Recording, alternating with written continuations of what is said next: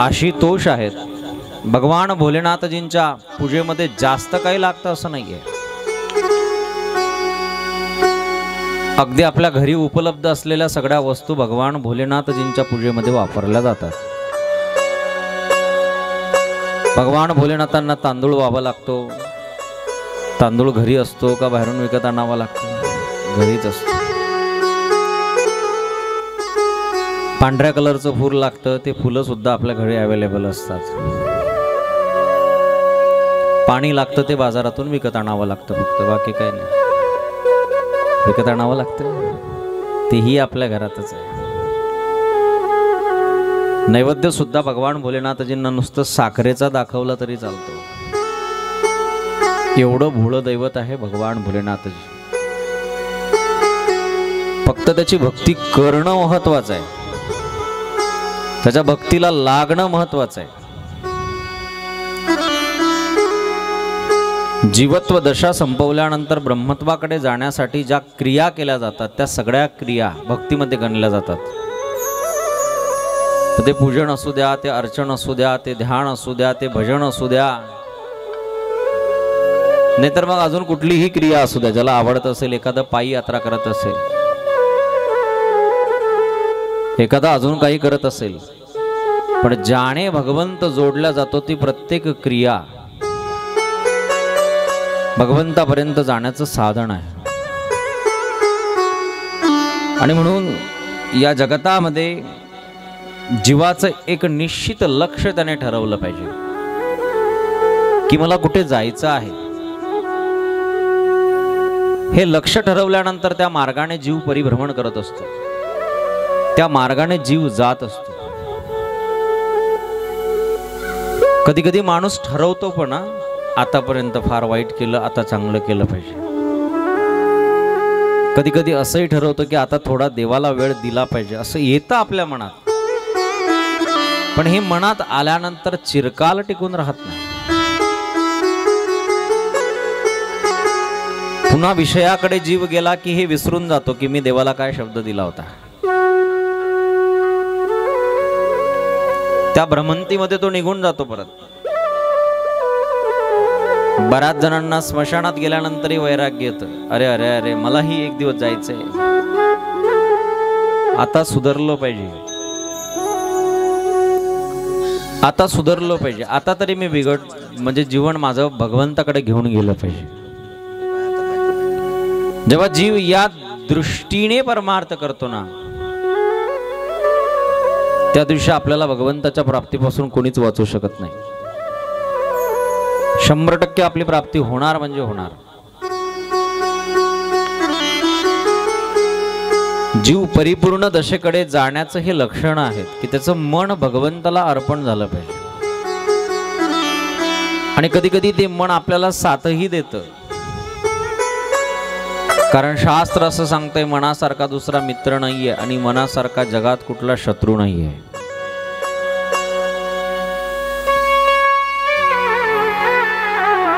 मन बिलकुल मध्यस्थानावर आहे. एका साईडला भगवंत आहे, एका साईडला विकार आहेत. कुणीकडे फिरवायचं हे जीवाच्या हातात आहे, बुद्धीच्या हातात आहे. जसं एका चाबीने कुलूप उघडतं आणि दुसऱ्या चाबीने कुलूप लागतं, बरोबर ना? बंद करायला एक चाबी लागते आणि उघडायला दुसरी लागते, बरोबर ना? ज्या चाबीने कुलूप लागतं त्याच चाबीने कुलूप उघडतं. सरळ फिरवलं, एकीकडे फिरवलं की बंद होतं, एकीकडे फिरवलं की कुलूप उघडतं. चाबी तीच.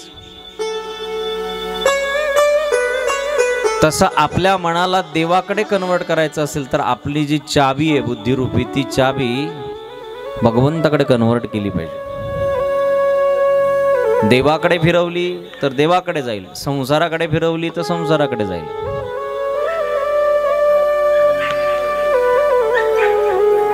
म्हणून जीव ही प्रयत्नामध्ये तो पळत नाही. त्याला असं कधी कधी वाटतं की की मी असं केलं पाहिजे, पण त्याचं मन त्याला साथ देत नाही. का? कारण त्या मनाला वैराग्याच्या शिखरावर कधी नेलंच नाहीये. ज्या ठिकाणी गेल्यानंतर ते मन स्थिर होईल अशा ठिकाणी त्याला आपण चिरकाल ठेवलेलंच नाहीये. म्हणून त्या मनाला पहिले जिंका आणि त्या मनाला आपल्या अधीन करून घ्या. कारण मन असं दर्पण आहे ना मायबाप. काल मी एक कथारूपी दर्पण सांगितलं. एक दुसरं दर्पण आहे ज्याचं नाव आहे मन. हे आपल्याला सगळं सांगत असतं. आपण किती माळी घालू द्यात, आपण कितीही चांगलं चांगलं परमार्थ करू द्यात, पण प्रत्येकाचं मन प्रत्येकाला सांगत असतं की मी किती पाण्यात आहे. रिपिटेशन कमी कर दादा. मी किती पाण्यात आहे. प्रत्येकाला माहिती असते.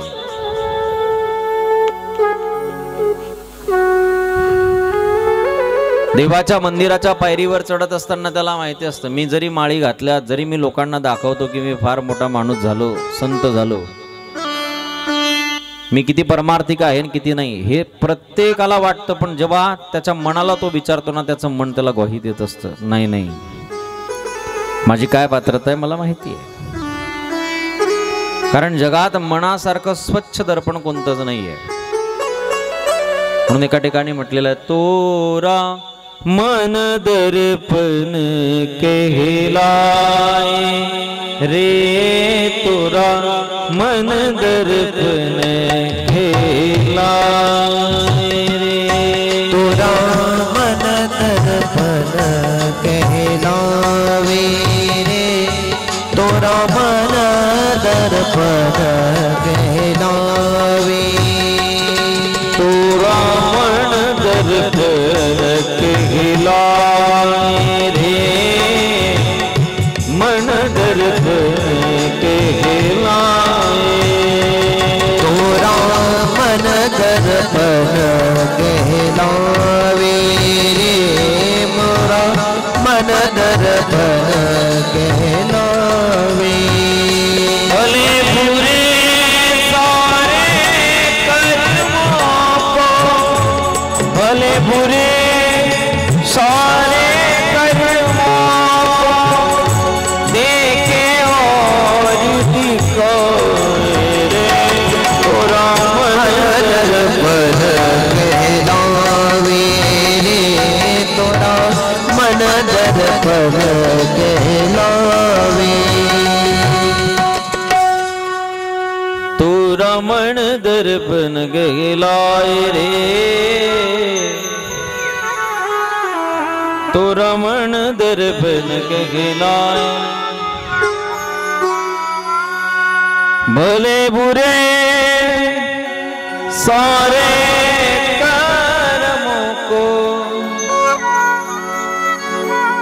देखे और दिखाए रे, तोरा मन दर्पण कहलाए. आपलं मनच असं दर्पण आहे की जे दर्पण आपल्याला सांगत असतं की तू किती वाईट कर्म केले, किती पुण्य केले. आपण जगताला फसू शकतो पण मनाला नाही फसू शकत. म्हणून आपल्या जीवनाची आवागमनता संपवायची असेल, येणं जाणं संपवायचं असेल, पुनरपि जननम पुनरपि मरणम पुनरपि जननी जठरेश गणम, ही आवागमनाची स्थिती जर आपल्याला संपवायची असेल, पुन्हा जन्माला येणं, पुन्हा मृत्यूला जाणं, तर त्याच्यासाठी शिव तत्वालाच मनामध्ये आपल्याला स्थित करावं लागेल. जे ज्याचं घर आहे त्याला त्याचं घर दिलं पाहिजे. आणि मन हे भगवंताचं घर आहे. भगवंत गीतेमध्ये अर्जुनाला सुद्धा हेच सांगतात, तू मन हे मेची करी माझी ये भजनी प्रेम धरी, मग सर्वत्र नमस्कारी मज एका ते. या चराचरामध्ये सगळीकडे जर मी तुला दिसावं असं वाटत असेल ना, तर तुझं मन मला पहिले अर्पण केलं पाहिजे. भगवान महादेवाला सगळ्यात जास्त कोणतं फूल आवडतं? कोणतं फूल आवडतं? हा, धोत्र्याचं, बरोबर ना? कशाचं फुल आवडतं? धोत्र्याचं फुल आवडतं. मी म्हणतो एखाद्या वेळेला धोत्र्याचं फुल नाही दिलं तरी चालेल महादेवाला, पण त्या धोत्र्यापेक्षा एक जास्त फुल आवडतं. कोणतं? हा, बेलाचं,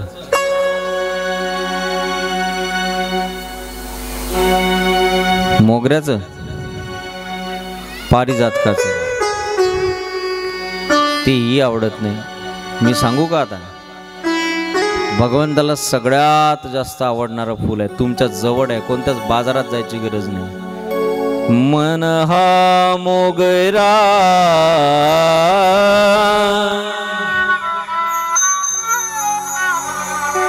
अर्पुनी ईश्वरा पुनरूपी संसार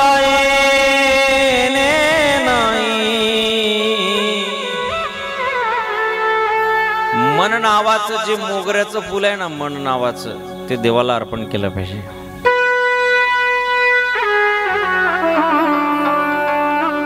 ज्याने मन नावाचं फुल देवाला अर्पण केलं, बस. बाकी त्याला पाणी घेऊन जा, नाहीतर फुलं घेऊन जा, बेलाचे पानं घेऊन जा, नाहीतर नाही घेऊन जा. मन नावाचं फुल मात्र 100% घेऊन जा. पण आपलं मन नावाचं फुलच देवाजवळ जात नाही ना. सगळे जातात बाकीचे, 108 बेल जातात, बेलाचे फळं जातात, धोत्र्याचे फुलं जातात. एकाने सगळं देवाचं सामुग्री आणली आणि नवीन चप्पलही आणली त्याला घालायला. 700-800 रुपयाची चप्पल आणली आणि ती चप्पल मंदिराच्या बाहेर काढली आणि हे सगळं पूजेचं साहित्य घेऊन अभिषेकासाठी गेला महादेवाच्या. जसा अभिषेकासाठी गेला, अभिषेक करू लागला, एक एक बेलाचं पान चढवतो, पण प्रत्येक पान चढवताना चपलीची आठवण येते. नवीनच घेतली, नेईल का काय कोणी बाहेरून? मला सांगा, अशी पूजा कितीही दिवस जरी महादेवाची केली तर महादेव प्रसन्न होईल. याच्या उलट तुम्ही काहीच नेऊ नका. पण देवाच्या देवळात गेल्यानंतर माणसाने भगवंताचं दर्शन करताना मन विचलित होऊ द्यायचं नाहीये. कारण या जगाच्या पाठीवर एकच स्थान असं आहे की ज्या स्थानामध्ये गेल्यानंतर आपलं मन शांत होतं, ते देवाचं मंदिर किंवा भगवंताचं कथा. आणि तिथेही गेल्यानंतर जर आपलं मन इकडे तिकडे फिरत असेल, भलतीचकडे जात असेल, तर मग भगवंताची प्राप्ती होणार नाही. मन कॉन्सन्ट्रेशन झालं पाहिजे, मन केंद्रित झालं पाहिजे.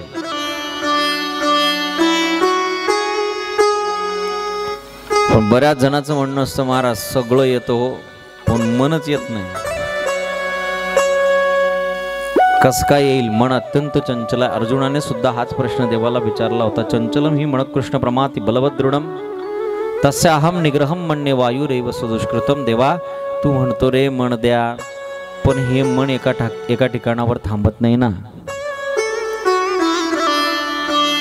मला एक सांगा, एखादी वस्तू सुख देते का दुसरंच कोणीतरी सुख देतं आपल्याला? जर एखाद्या वस्तूने आपल्याला सुख दिलं असतं ना, तर त्या वस्तूने उद्याही सुख दिलं असतं. पण एखादी वस्तू जर आज सुख देते, उद्या देत नाही, तर याचा अर्थ असा आहे की आपल्याला वस्तू सुख देत नाही, वस्तू ग्राह्य केल्यानंतर दुसरंच कोणीतरी सुख किंवा दुःख दाखवतं. आवाज वस्तू नाही देत आपल्याला सुख.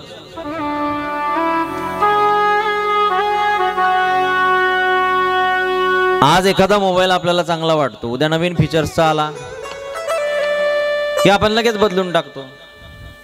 आता पहिल्या वर्षी जेव्हा मी इथे कथेला आलो होतो, तेव्हा या साऊंड सिस्टीम वाल्यांकडे मला वाटतं एवढे मोठाले मॉनिटर नव्हते आणि एवढी मोठी सिस्टीमही नव्हती.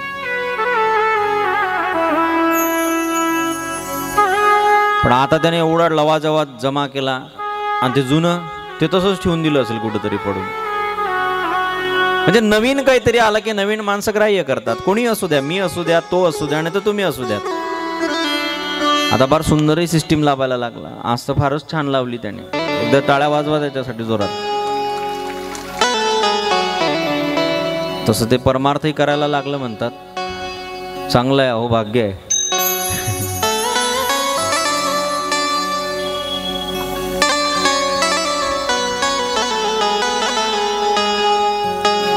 एखादा मोबाईल बाजारातून विकत घेतला की 5-6 महिन्यानंतर जर नवीन फीचरचा मोबाईल आला तर आपल्याला वाटतं हा नको, दुसरा पाहिजे.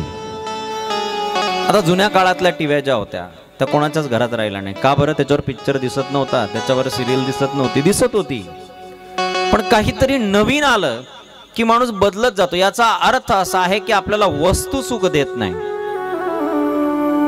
सुख आणि दुःख ठरवणारी गोष्टच वेगळी आहे, जिचं नाव आहे मन. मन म्हणतंय आपल्याला याच्यात सुख आहे, आपण त्याच्या मागे लागतो. मन म्हणतंय हे जाऊ दे, आता दे याला सोडून, आता दुसऱ्यात बघ. लगेच माणूस दुसरं बघतो. मग निश्चित मनाला सुख तरी कशात आहे? कारण एका वस्तूमध्ये जर ते अडकून राहत नसेल तर याचा अर्थ असा आहे की त्याला जे शांत करणारी गोष्ट पाहिजे ती त्याला अजून भेटलीच नाही.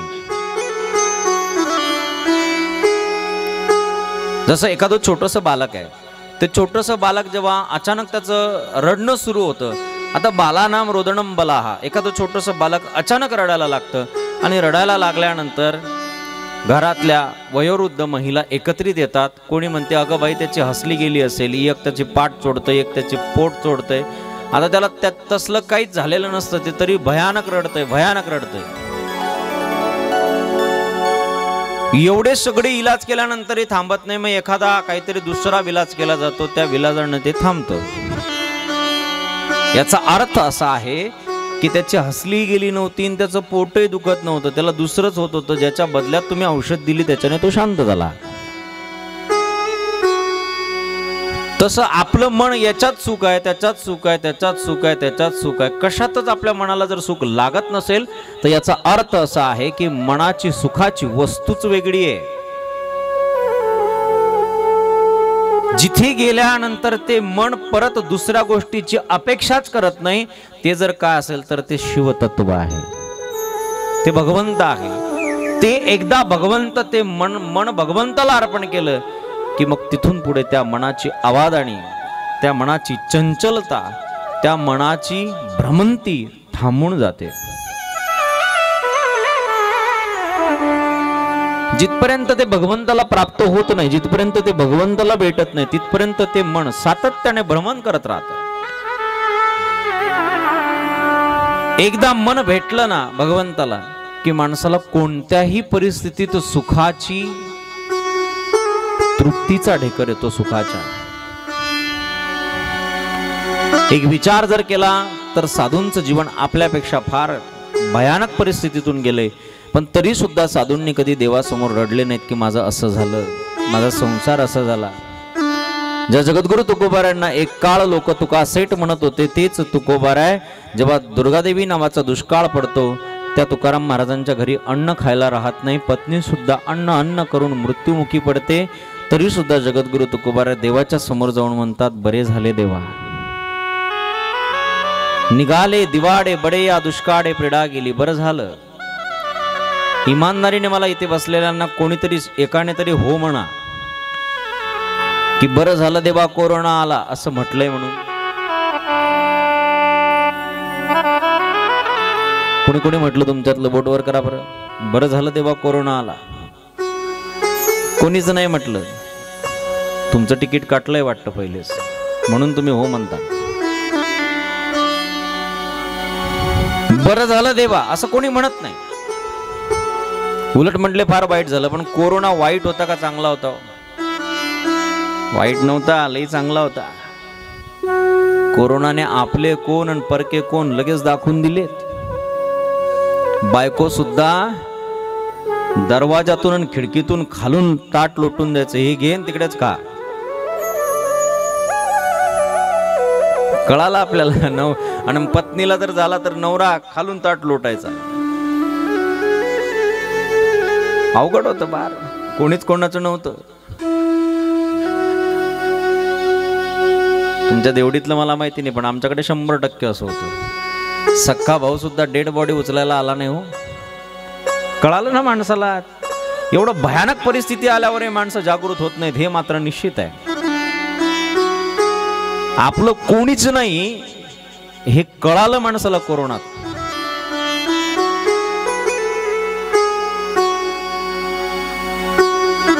पण तरी माणसं सावध होत नाहीत, ही सगळ्यात मोठी शोकांतिका आहे. म्हणून या मनाला आपण परत परत शिकवलं पाहिजे की तू भगवंताच्या भक्तीला लाग, तू भगवंताच्या चिंतनाला लाग. कारण अभ्यास नावाची गोष्ट अशी आहे की कितीही चंचल गोष्ट जरी असली ना तरी सुद्धा अभ्यास नावाची गोष्ट त्या मनाला स्थिर करते. मनाला स्थिर करण्याचे 2 साधन आहेत. असंशयम महाभाव मन दुर्निग्रहम चलम. अभ्यासेन तु कौंतेय वैराग्य नच गृह्यते. मनाला स्थिर करण्याचं एक साधन आहे ज्याचं नाव अभ्यास आहे. अभ्यास कशाला म्हणतात? परत परत परत परत तीच गोष्ट करणे त्याला अभ्यास म्हणतात. कोरडं लाकूड जर तुम्ही हातात घेतलं आणि तुम्ही असं ठरवलं की एक दगड त्या लाकडाने त्या दगडाला फोडून काढायचं, कोरड्या लाकडाने पहाडाचा दगड फोडला जाईल का? तुमचं काय मत आहे? दगड फुटेल का लाकूड तुटेल? हा, लाकूड तुटेल पण दगड नाही फुटणार. पण याच्याच विरोधात जगद्गुरु तुकोबारांनी एक दृष्टांत दिला आणि तो आपण आपल्या डोळ्यांनीही बघितला. एखादं छोटंसं झाड आहे, त्याची ओली मूळ खडकाचं अंग भेदून पलीकडच्या तटाला जाते. ओले मूळ भेदी खडकाचे अंग अभ्यासाचे सांग कार्यसिद्धी. पहाडामध्ये असलेले झाड त्या दगडामध्ये प्रवेश करतात. ते ओली मूळ, बारीकशी मूळ. का? कारण ते एकाच दिवशी दगडात प्रवेश नाही करत, हळूहळू हळूहळू हळूहळू. हा अभ्यास. तसं हळूहळू हळूहळू या मनाला आकारित बनवलं पाहिजे. कथेमधला एखादा विषय मनाला लागला की वैराग्याचा घाव त्याच्यावर दिला पाहिजे. अरे हा, भगवान भोलेनाथजींच्या कथेमध्ये मी जे ऐकलं ते बरोबर आहे. हळूहळू त्याला आकार दिला आणि जर एक दिवस ते मन आकारित झालं तर त्याचा आकार शिव तत्वासारखा आकार होतो. आणि शिव तत्व निर्विकार आहे. निर्विकार आहे. कसल्याही प्रकारच्या सुखदुःखांच्या परे असणारे भगवान भोलेनाथजी आहेत.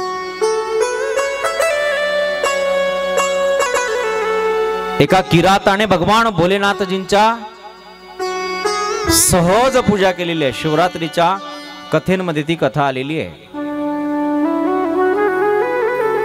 तो किरात हरिण मारण्यासाठी गेला होता, मृगया करण्यासाठी गेला. आणि मृगया करण्यासाठी गेल्यानंतर एका विहिरीच्या जवळ तो थांबला की ज्या ठिकाणी, ज्या जलाशयाच्या जवळ अनेक हरण पाणी पिण्यासाठी येत होते. एक हरिण त्याला लांबून दिसलं आणि ते हरिण लांबून दिसल्यानंतर ते पाणी पिण्यासाठी येत होतं. पण त्याच्या बाणाच्या टोकांच्या मध्ये झाडाचे पान येत होते. ज्या झाडावर तो चढला ना, त्या झाडावर जो चढल्यानंतर ते झाड होतं बेलाचं. ते टोकाच्या आडवे जे बाण येत होते ना, पानं येत होते ना, ते पानं तोडून तोडून तो खाली टाकत होता. जिथे ते पानं पडत होते तिथे महादेवाची पिंड होती. दिवसभर त्या हरणाची वाट बघत होता, मृगयेची वाट बघत होता. म्हणून दिवसभर खायला काही मिळालं नव्हतं, उपवासही घडला होता. आणि बरोबर संध्याकाळच्या वेळेला ते हरिण पाणी पिण्यासाठी आलं. भगवान महादेवाच्या रुद्रगणांच्या येण्याच्या वेळेला बरोबर ते पानं खाली पडत होते.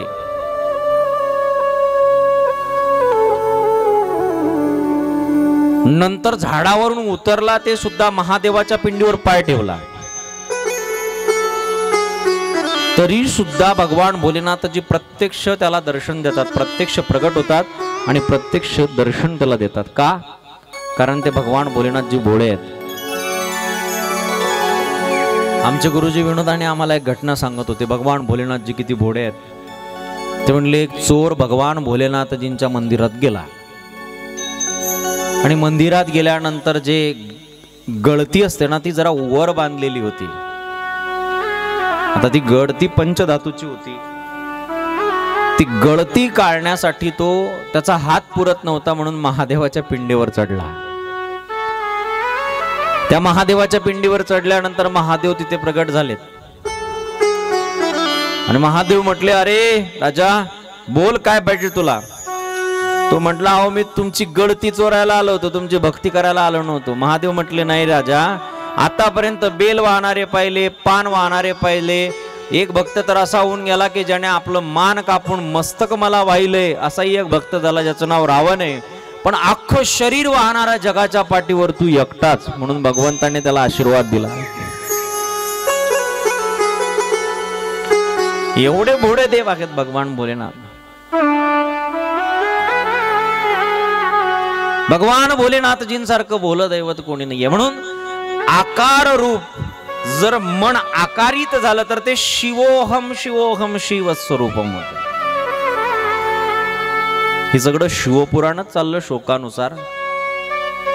शिवपुराणांमध्ये फार ज्ञानाचं भंडार भरले बरं. पण आपल्याला टाके टोके ऐकायची सवय पडली. हे लावलं की असं होतं, ते लावलं ते पण सांगतो, टेन्शन घेऊ नका तुम्ही.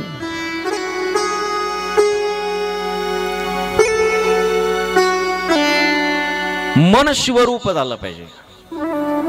शिवालयात आपल्याला प्रवेश मिळाला पाहिजे. त्या शिवालयात तर प्रत्येकाला प्रवेश मिळेल. पण हे जे शिवालय आहे ना याच्यामध्ये लवकर भगवान भोलेनाथजींनी प्रवेश केला पाहिजे.